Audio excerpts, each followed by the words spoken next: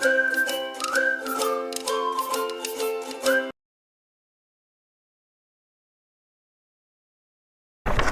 بكم في الحصه الثالثه من جبر اولى اعدادي الترم الاول. الحصه الثالثه بنتكلم فيها عن جمع وطرح الاعداد النسبيه. اتكلمنا في الحصه الاولى عن ايه هي الاعداد النسبيه، وعرفنا ازاي بنحول من عدد نسبي لعدد عشري والعكس، وازاي بنحول من عدد نسبي لصوره نسبه مئويه والعكس. وعرفنا في الحصة اللي فاتت ازاي بنمثل الاعداد النسبية، ازاي بنقارن بين الاعداد النسبية، وازاي بنرتبها. الحصة دي مهمة جدا، مهم جدا ان انت تفهم قبل ما نبدأ حاجة اسمها قاعدة الاشارات علشان تعرف تشتغل في الدرس بتاع النهاردة. قاعدة الاشارات بتقول لي ان انت لو بتجمع عددين نفس الاشارة بتاعتهم موجب، الناتج هيطلع موجب. ازاي؟ بيقول لي 3 زائد 5. ال3 دي عدد موجب وال5 عدد موجب. طالما الاتنين اشارتين موجبتين يبقى باخد اشارة منهم واجمع. 3 و5 8. ودايما العدد الموجب ما بنكتبش قدامه الاشارة بتاعته. الحاجة التانية لو عندي سالب وسالب برضو باخد اشارة منهم واجمع. زي بيقول لي سالب 3 ناقص 5، هاخد اشارة منهم اللي هي السالب واجمع العددين. 5 و3 8.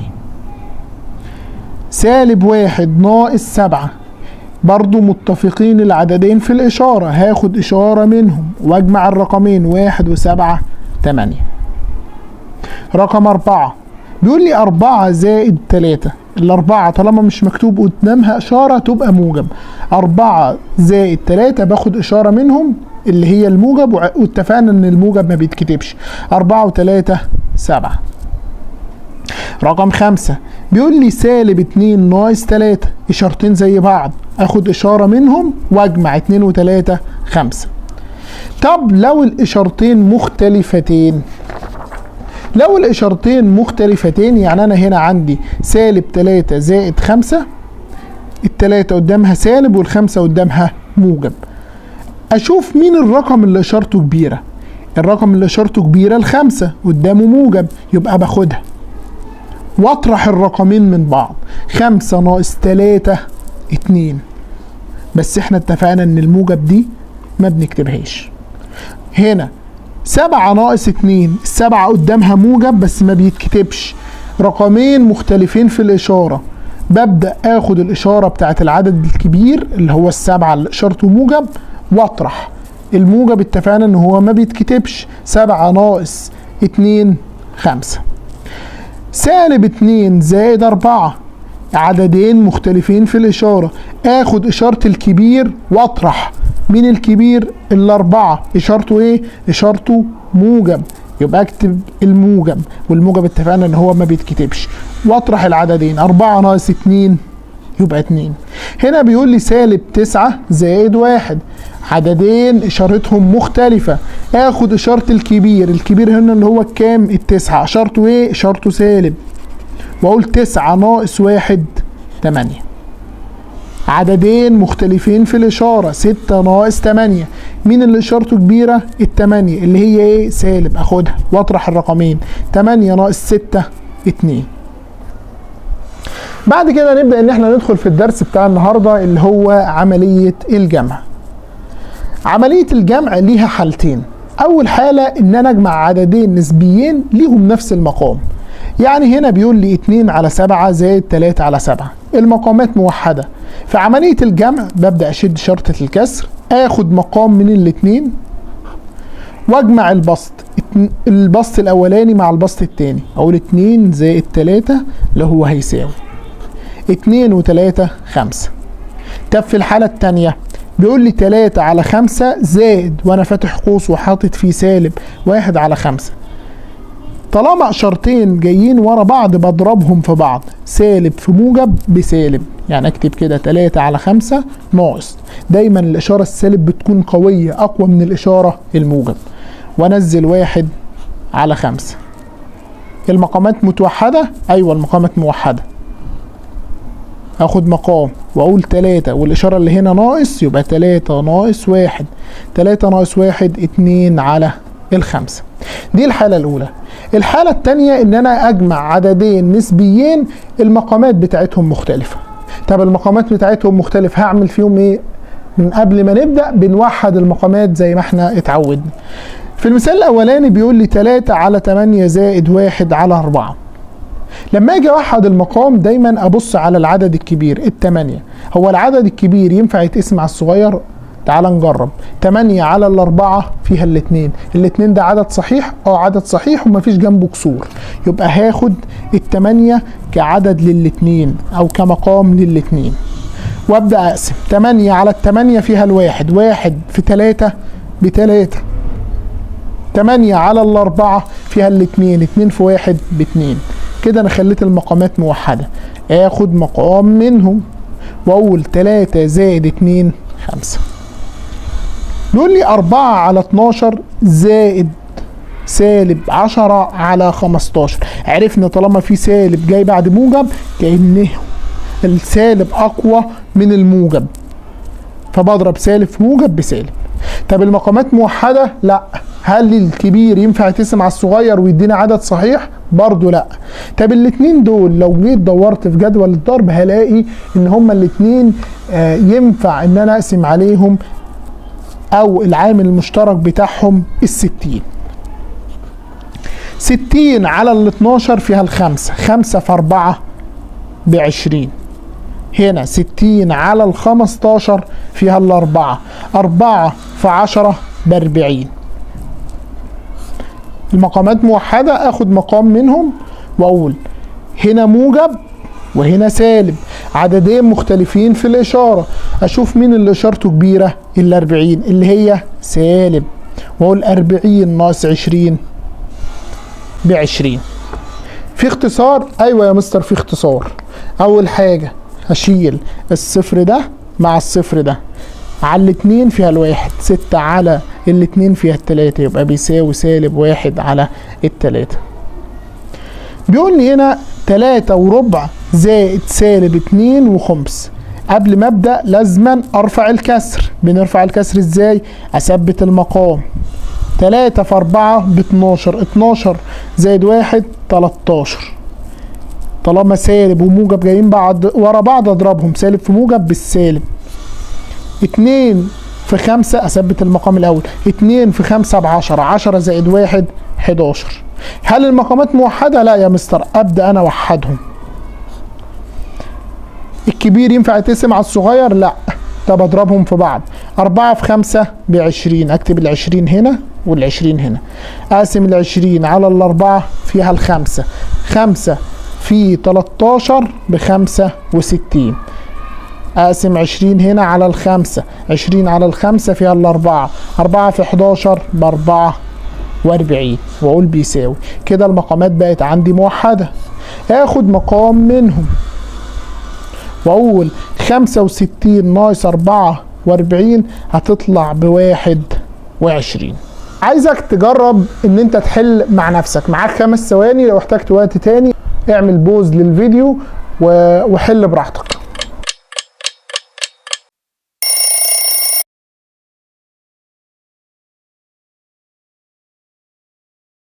نبدأ بعد كده نخش على خواص الجمع. طبعا اي حاجة بيكون ليها خواص او حاجات بتميزها. اول حاجة عندنا حاجة اسمها خاصية الانغلاق. خاصية الانغلاق بتقول لي مجموع اي عددين نسبيين هو عدد نسبي.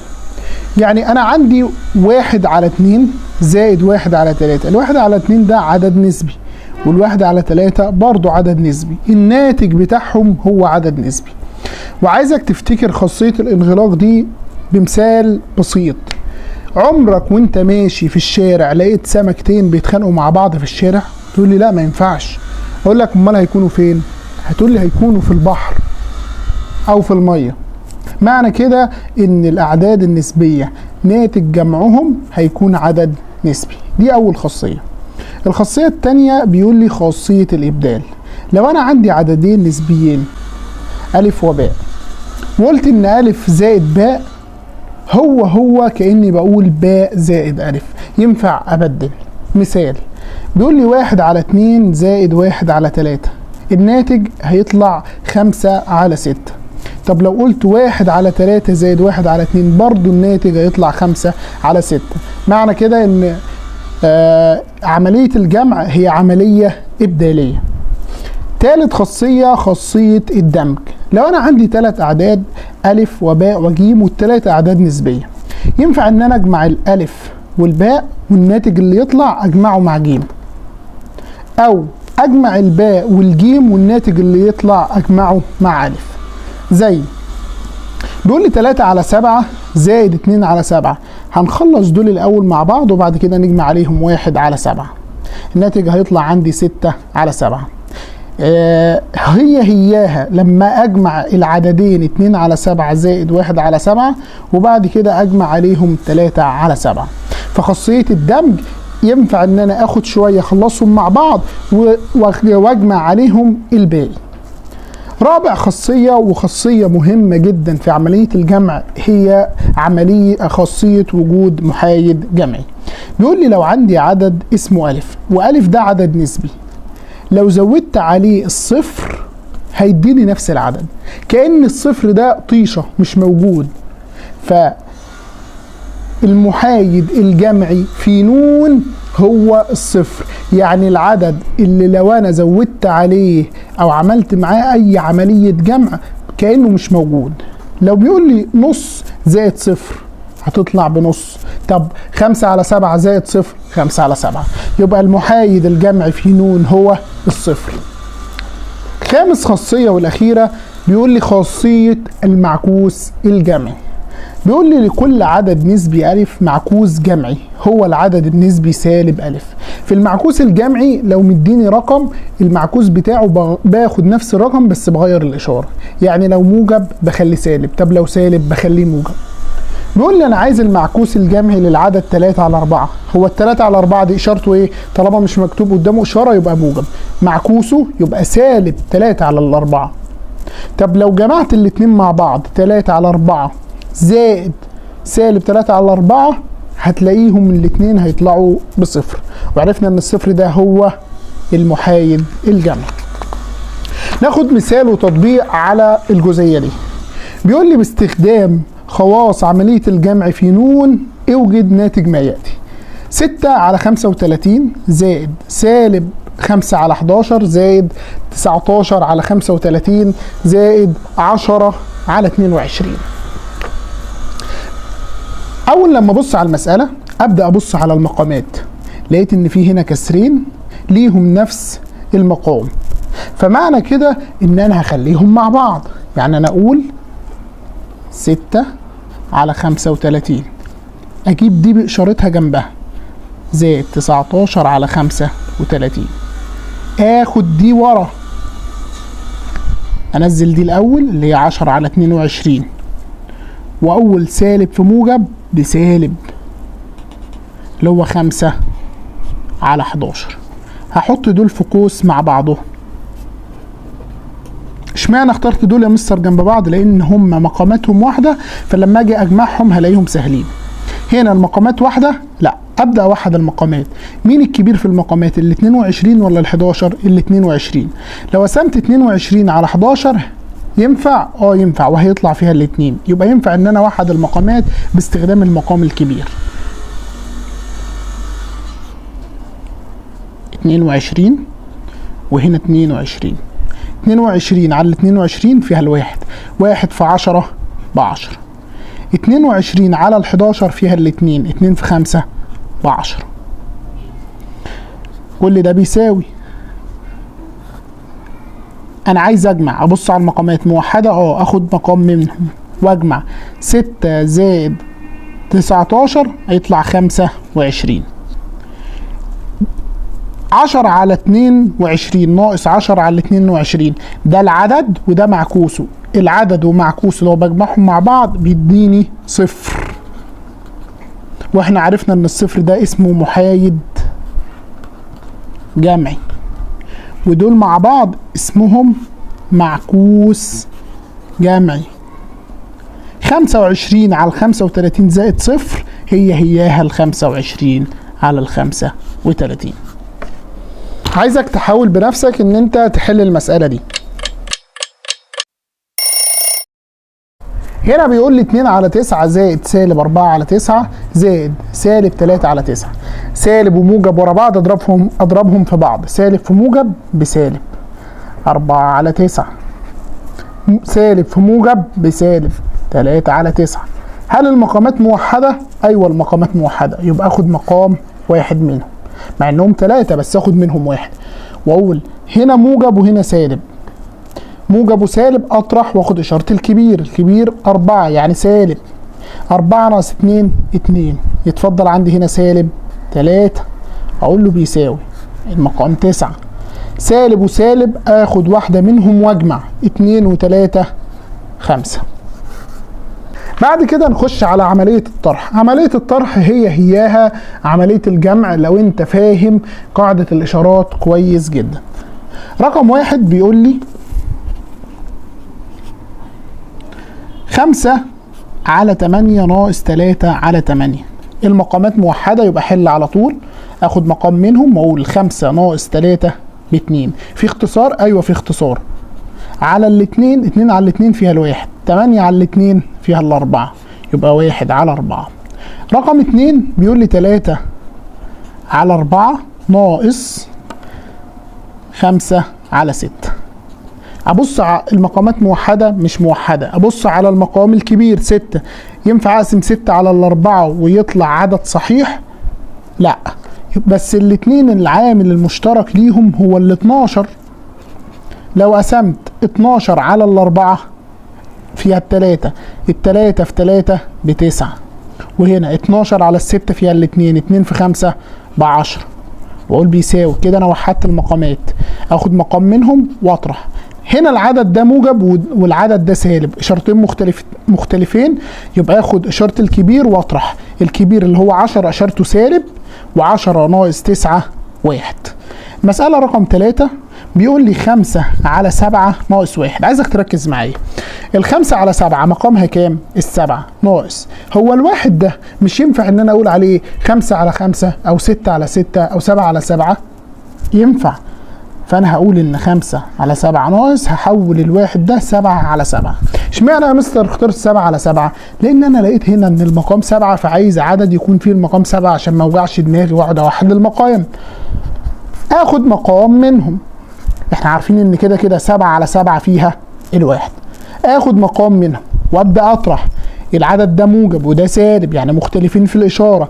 طالما مختلفين في الاشاره اطرح واخد اشاره الكبير. مين العدد اللي اشارته كبيره؟ ال7. اشارته ايه؟ سالب، انزلها واطرح. 7 ناقص 5 2. المساله رقم 4 بيقول لي سالب 2 على 5 ناقص 3 على 5. هنا المقامات موحده، اخد مقام منهم. عندي العددين سالب وسالب زي بعض، اخد اشاره منهم واجمع. 2 زائد 3 5. طب هنا انزل السالب، 5 على 5 فيها الواحد. السؤال رقم 5 بيقول لي 7 و2 على 5 ناقص 3 و1 على 4. الاول ارفع الكسر. برفع الكسر ازاي؟ بنزل المقام واضرب 5 في 7 ب 35. 35 زائد 2 يبقى 37. عندي التاني اثبت المقام واضرب 3 في 4 ب 12. 12 زائد 1 13. المقامات زي بعض؟ لا، ابدا اوحدها. مين الكبير؟ 5. ينفع اقسم ال5 على ال4 ويديني عدد صحيح؟ لا، يبقى اضربهم في بعض. 4 في 5 ب20. اكتب 20 هنا و20 هنا، واقسم ال20 مره على ال5. 20 على ال5 فيها ال4. 4 في 37 148. و20 على ال4 فيها ال5. ال5 في 13 ب 65. ابدا ان انا اطرح. المقامات موحده، اخد مقام منهم واقول 148 ناقص 65 هتطلع عندي ب 83. عايزك تحاول بنفسك تحل لي المسألتين دول.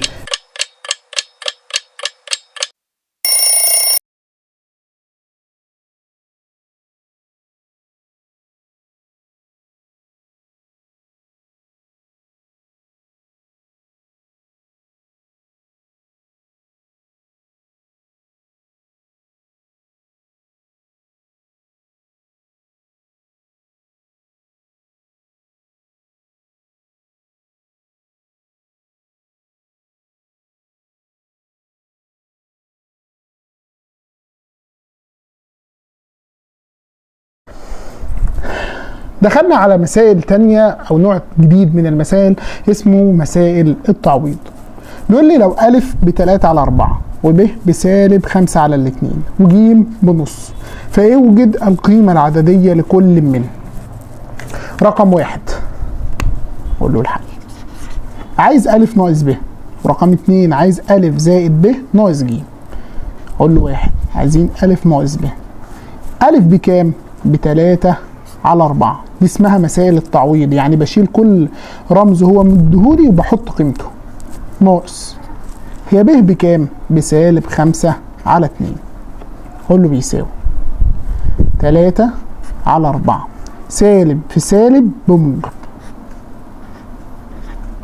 اوحد المقامات، ابص على المقام الكبير، هل ينفع اقسمه على الصغير؟ 4 على 2 فيها 2.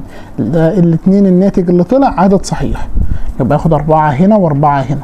4 على الأربعة فيها الواحد، 1 في 3 ب3. 4 على الاتنين فيها الاتنين، 2 في 5 ب10. أبدأ أجمع 4 و4 المقامات موحدة، آخد مقام منهم وأجمع 3 زائد 10 13. رقم 2 بيقول لي أنا عايز أ زائد ب ناقص ج. أبدأ أعوض. أ بكام؟ ب3 على 4. ب بكام؟ بسالب 5 على 2 ناقص ج. ج بكام؟ بنص. أقول له بيساوي سالب في موجب بسالب، يبقى 3 على 4 سالب في موجب بسالب 5 على 2 ودول في قوس مع بعض ناقص نص بيساوي. أوحد المقامات، أوحدها بالأربعة. 4 على 4 فيها الواحد، 1 في 3 ب3. هنا 4 على الاتنين فيها الاتنين، 2 في 5 ب10. كل ده ناقص نص بيساوي. مقامات موحدة؟ أيوة يا مستر موحدة. آخد مقام منهم وأقول 3 ناقص 10. هنا موجب وسالب، عددين مختلفين في الإشارة. آخد إشارة الكبير وأطرح. الكبير إشارته سالب. 10 ناقص 3 7 ناقص نص. هل المقامات موحدة؟ لا. هل الكبير ينفع ان انا اقسمه على الصغير؟ يبقى ياخدوا عامل مشترك للاتنين. 4 على 4 فيها الواحد، 1 في سالب 7 بسالب 7. 4 على الاتنين فيها الاتنين، 2 في 1 ب2. اقول له بيساوي. المقامات متوحدة، اخد مقام منهم. سالب وسالب نفس الاشارة، اخد اشارة منهم واجمع الرقمين. 7 و2 يبقى 9. معاك 5 ثواني، وكالعادة لو احتجت ان انت توقف ممكن تعمل بوز للفيديو.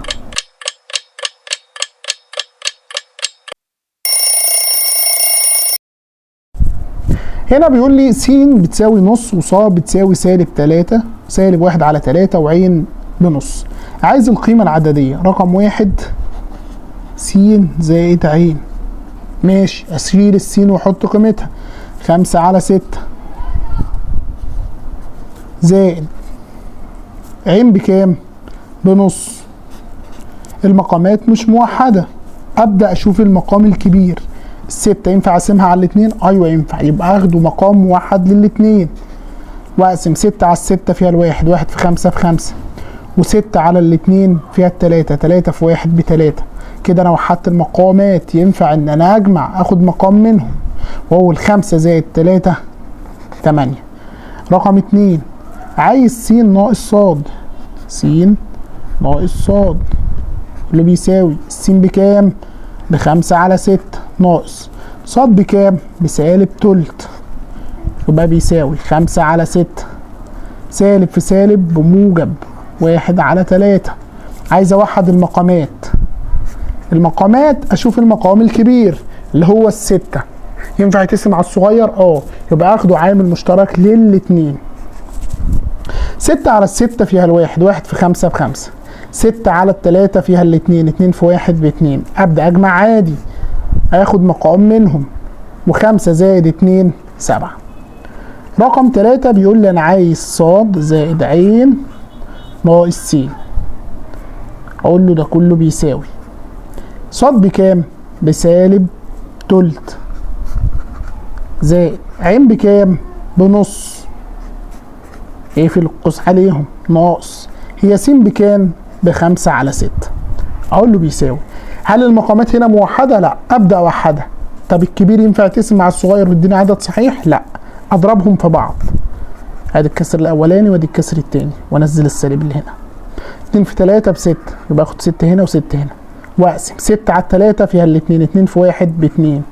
وهنا 6 على الاتنين فيها التلاتة، 3 في 1 ب3، واقفل عليهم القوس، ناقص 5 على 6 بيساوي. ينفع اجمع لان المقامات موحده، اخد مقام منهم. هنا عددين مختلفين في الاشاره، اشوف مين اللي اشارته كبيره واطرح. الكبير 3 اشارته موجب، يبقى اخد موجب واطرح. 3 ناقص 2 1، وانزل سالب 5 على 6 بيساوي. ينفع اطرح؟ ايوه ينفع اطرح لان المقامات موحده. اخد مقام، هنا عددين مختلفين في الاشاره، ده موجب وده سالب، اخد اللي اشارته كبيره واطرح. اللي اشارته كبيره ال5 اللي هي السالب. 5 ناقص 1 4. ينفع اختصر؟